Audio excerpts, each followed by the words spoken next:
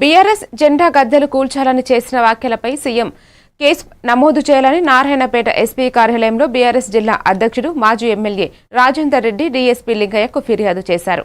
అనంతరం మాట్లాడుతూ ఈ నెల 18న ఖమ్మంలో నిర్వహించిన కార్యక్రమంలో గ్రామాల్లో ఉన్న జెండా దిమ్మెలను కూల్చాలని మాట్లాడారు.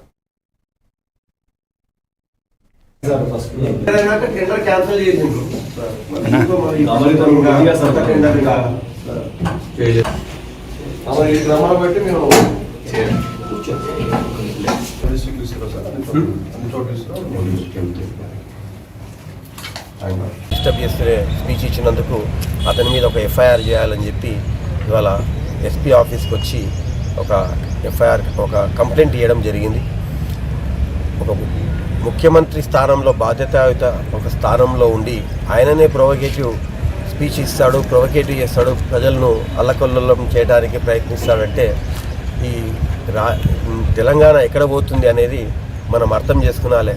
ఆయననే భాషకు అదుపు లేకుండా ఎట్లంటే అట్లా మాట్లాడితే ఇక ప్రజలు ఎలా మాట్లాడతారు?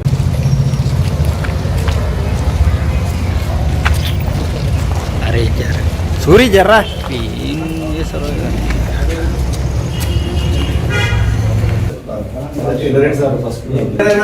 క్యాన్సల్ చేసిండ్రు.